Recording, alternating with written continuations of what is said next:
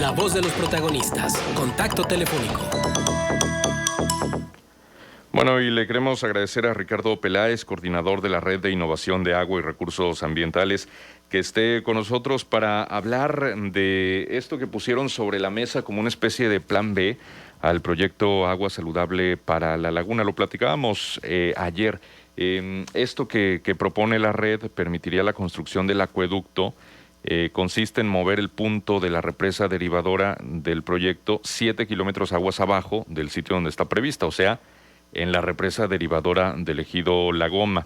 También de esta manera las obras quedarían situadas fuera del área natural protegida del Cañón de Fernández, que sabemos que es pues el aspecto que motivó que Prodenazas interpusiera este amparo que detuvo las obras.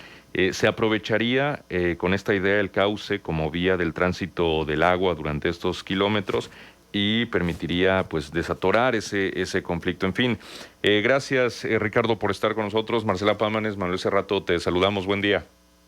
Hola, ¿qué tal, Marcela? Manuel, mucho gusto. Buen día para todos. Gracias, Ricardo. Pues escuchábamos justamente tus declaraciones ayer. ¿Ya se presentó esto ante la Conagua? ¿Era en el transcurso de ayer o de hoy, no es así?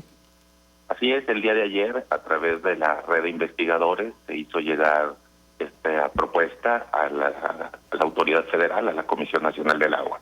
Uh-huh. ¿Qué tan viable consideras, Ricardo, que se tomen en cuenta estas propuestas, siendo que, bueno, pues ya el domingo es la fecha límite marcada por el presidente Andrés Manuel López Obrador, el famoso 3 de octubre, que dijo que para ese día ya todas las partes involucradas estuvieran puestas de acuerdo? De entrada, bueno, ¿se cumplirá esa fecha o se aplazará? En fin, la cuestión aquí es si esto que han propuesto como una especie de plan B, ¿están en tiempo, Ricardo, de que pueda ser tomado en cuenta? Yo creo que sí, Manuel. Yo pienso que, bueno, todavía hay un poquito de margen, dado que esta propuesta, pues pensamos que no es descabellada, es aprovechar parte del diseño que la Comisión Nacional del Agua traza para llevar el agua por el río Nazas y bombearla hacia lo que es por el acueducto de presión hacia la planta potabilizadora. Entonces, creemos que es un pequeño ajuste, que sabemos que todos los proyectos son difíciles. Pensamos que esta es una decisión de política pública, más allá de una decisión de tipo de ingeniería civil pura. Entonces creemos que nos estamos apoyando en el mismo proyecto, nos están cambiando nada más que ese trazo de los 7 kilómetros que consideramos que el río Nazas puede usarse como lo que son los servicios ecosistémicos, que son medios de soporte. Uh-huh. Entonces, ¿por qué ver al río en ese sentido como un área de pérdida cuando puede ser esa transición para poder llevar el agua a su punto de destino, que sería la planta potabilizadora? Ok. Por ejemplo, ¿alguna diferencia que harían esos 7 kilómetros de entrada, que se aproveche el cauce como vía de tránsito de agua? El tema también de que estaría el suelo permanentemente saturado, el hecho de que como no hay cultivos cercanos no habría riesgo de huachicoleo. Si nos pudieras explicar, Ricardo, esta diferencia de esos 7 kilómetros, ¿cómo incide en el proyecto original? Y mira, bueno, si recordamos de la presa Lázaro Cárdenas hasta la represa derivadora de San Fernando, son aproximadamente 240 kilómetros. De la presa Zarco al punto donde la Conagua propone que se haga la derivadora son aproximadamente 20 kilómetros, 18 kilómetros.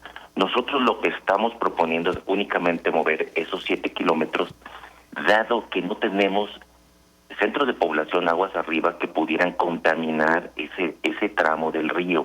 Sí. Por otro lado, es un cañón, o sea, las condiciones geográficas no permite que tú instales equipos de bombeo o un huachicoleo del agua hacia nuevas tierras de cultivo. Las que ya están, las podemos ver en la imagen de satélite, en el mismo Google Earth, y no hay problema porque esas áreas ya están hasta con sus aprovechamientos, hasta donde podemos saber, porque son ya de edad, las nogaleras, con sus aprovechamientos establecidos, con sus derechos registrados.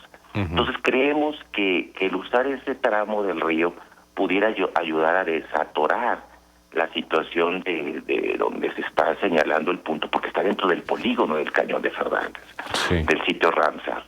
Y en segundo, pues la demanda que han hecho los ejidatarios de ese módulo de riego respecto al sitio donde los escurrimientos que ellos aprovechan en estiaje pudieran verse afectados.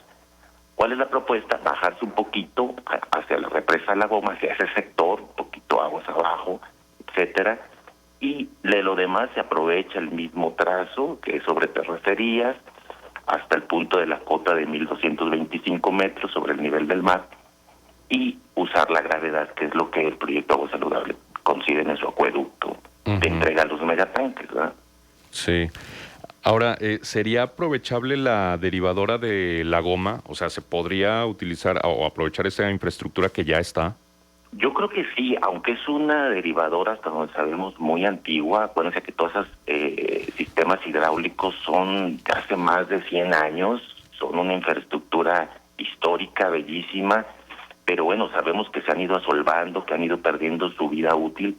Pudiera ser ese punto, que ya de hecho ya existe, o un poco más abajo, para no tener como argumento por parte de algunos campesinos que se estaría ahí poniendo la derivadora. Pero estamos hablando que al salirse del polígono del área del Cañón de Fernández, se puede ya ahí en ese sentido desatorar parte de este problema, y como lo hemos dicho en la red de investigadores, no estamos para nada renunciando a una serie de observaciones y comentarios que consideramos como red, pues proponer a la Conagua. Ellos ya saben si los toman en cuenta, pero esto es únicamente el tema de la presa, ¿verdad? Sabemos que hay otros aspectos que hay que también sumar. Exacto. Ahora, ustedes estuvieron en los foros y en estas reuniones de socialización que se calendarizaron luego de la visita del presidente, donde dijo, bueno, pónganse de acuerdo y el 3 de octubre ya que haya una determinación. Sí, claro, fuimos invitados y el 3 de septiembre precisamente estuvimos compañeros de la red de investigadores, dimos propuestas y le entregamos un documento al señor director general de la Comisión Nacional del Agua, porque bueno, yo creo que aquí lo importante es que dejemos propuestas, ¿verdad? Que nos sumemos al análisis, a la reflexión, pero con propuestas serias, estudiadas, bien analizadas, y que bueno, pues ya dependerá de la autoridad si las toma en cuenta, ¿no? Lo importante es que la participación como primera etapa, y creemos que esta propuesta es como un plan B que se le pone de manera muy general, puede ayudar hasta contribuir a ahorros del orden de los 300 millones de pesos por evitar la construcción de todo lo que tiene que ver con la construcción de la línea, los tubos, la tubería que iría del punto que han decidido a la planta potabilizadora. Ahora, Ricardo, tú como especialista en estos temas, ¿qué opinas de eso que también en algún momento se manejó de soltar el agua por su cauce en el lecho del río Nazas y que luego se dijo es que no sería viable porque, bueno, por la absorción de la tierra, los beneficios de hacer eso tardarían años, quizá una década, y entonces pues no se resuelven los problemas que son urgentes, que el abastecimiento de agua y sobre todo que sea de mayor calidad y menos contaminada. ¿Tú qué opinas de esa propuesta de que el lecho del río Nazas volviera a tener agua? Bueno, yo creo que es muy interesante la propuesta de tanto de los ambientalistas como de los compañeros que por ahí están planteando que se haga la presa del río. Ayer platicando con los amigos de la prensa, hablábamos por ahí del ejercicio de política pública, o del dilema del prisionero, ¿no? Del famoso dilema del prisionero sobre ese ejercicio de teoría de juegos. Y haciendo una analogía con este tema que ha sido ya de cobertura nacional, vemos que hay tres grandes actores en este tema: las autoridades federales y estatales, el grupo ambientalista que interpuso el amparo y los agricultores. Sí. Obviamente las autoridades están representando a la sociedad. Los primeros tienen ya en el diseño de su estrategia, de su proyecto, situar la presa entre San Jacinto y La Loma, ¿verdad? ambientalistas solicitan pues que se corra el río hasta el lecho seco de la mancha urbana y proponer ese gran cuerpo de agua que regresa. Y los agricultores dicen, bueno, pues sitúen la presa derivadora en San Fernando o llévensela por otro lado, ¿verdad? Entonces yo creo que en los tres escenarios, en el primero, pues estamos hablando que son 20 kilómetros de la Francisco Zarco a donde quiere la Conagua hacerla. Lo que proponen los ambientalistas, estaríamos corriendo el agua a 70 kilómetros en su causa natural. Sí. Y lo que proponen los amigos agricultores es dejarla en San Fernando, o sea, 56 kilómetros. Nosotros creemos que tenemos que llegar a un punto medio de equilibrio, que es situarlo en ese punto a la orilla, cercano a la represa de la Goma, ni siquiera hacia los puentes Cuates, que los puentes Cuates todavía está a 5 kilómetros de este punto, aguas abajo. Entonces, yo creo que aquí nadie pierde, tenemos que buscar la manera de un ganar-ganar. Sabemos que la autoridad ya tiene el proyecto ante Hacienda y todos los trámites legales y burocráticos que tienen que hacer de inversiones. Sin embargo, todavía hay tiempo para hacer una reconsideración al trazo. Respecto a tu pregunta, Manuel, sabemos que si dejamos correr el agua de manera permanente a la altura por ejemplo, de Villa Juárez, de donde está la termoeléctrica, pues pudiéramos tener menos destino de esa agua que corre, porque ahí sabemos que están activados algunos pozos. Y lo mismo si corre por el lecho seco, ¿verdad? Ustedes saben que hay un sitio muy permeable entre San Fernando y el Cañón de Calabazas. Entonces, de ahí se derivan pues, precisamente la red de canales principales. Entonces, creemos que este punto sería, pues, si no el ideal al 100%, sí pudiera contribuir a desatorar esto y que los laguneros cuenten con esta inversión importante para el futuro de la comarca, ¿verdad? Sí, exacto. Más allá de lo que se ha dicho también, Ricardo, que quedaría pendiente, pues un problema muy serio, que es la sobreexplotación del acuífero. Qué bueno que se aumente la presión de agua, el volumen y que sea agua menos contaminada, porque el problema del hidroarsenicismo pues es real y se ha padecido por años. Pero ¿tú crees que con el paso del tiempo, si es que se consolida agua saludable para la laguna, haya un momento en el cual se pudiera atender ese gravísimo problema en particular, que es el de la sobreexplotación? O sea, es decir, ¿no es excluyente una cosa de la otra? Efectivamente, Manuel. Mira, nosotros ayer precisamente en la reunión con el señor director general, tanto de Nacional como de aquí del organismo de Cuenca, de la manera más clara y respetuosa, le expusimos que, bueno, pues hay estrategias para combatir algo, ¿verdad? Y ellos tienen la estrategia de potabilizar 6.3 metros cúbicos por segundo. Nosotros consideramos que no se debe de renunciar a las aguas subterráneas como fuente de abastecimiento a la población, puesto que las aguas subterráneas han dado agua a 1,5 millones de habitantes asentados acá y además han generado riqueza y el desarrollo de esta comarca.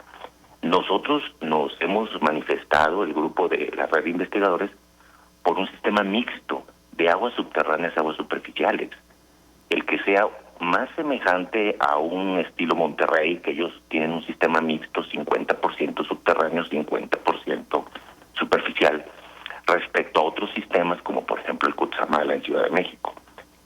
Indudablemente siempre hemos dicho que el tema de eficiencias físicas es importantísimo, porque no te puedes poner primero los zapatos y luego los calcetines. Yo creo que la eficiencia física debe de iniciarse inmediatamente, porque andamos en el horno de los 52% de eficiencia, cuando Monterrey tiene el 70%. Entonces, ¿por qué no imitar esas experiencias que ahí están, que nos pueden ilustrar? Y otro tema muy importante, el intercambio de aguas residuales. Hay muchas aguas residuales que se usan como una oferta adicional cuando pudieran estarse intercambiando por aguas de primer uso. Y respecto a tu pregunta del acuífero, nosotros estamos proponiendo a la autoridad nuevas reglas del juego. El reglamento del acuífero principal fue publicado en agosto de 1991 en el Diario Oficial de la Federación. Entonces, a 30 años, las condiciones del acuífero han cambiado, porque ha habido muchos sucesos en estas 3 décadas. Sabemos que se han extendido algunos cultivos, se han hecho profundizaciones de los pozos. Entonces tenemos que poner reglas al tema del acuífero.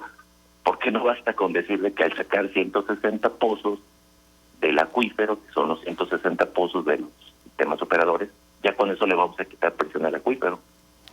Eso no es real, no es lógico ese argumento. Entonces creemos que es muy importante que eso se considere en la actualización de las reglas del juego, donde participen obviamente los agricultores. Ellos son muy importantes porque son gente que ha generado riqueza a la región, y creo que a ellos les interesaría mucho actualizar y poner ciertos parámetros técnicos como estaciones de monitoreo pisométrico y una serie de elementos que cuiden pues la joya de la corona que tenemos en el subsuelo, ¿verdad?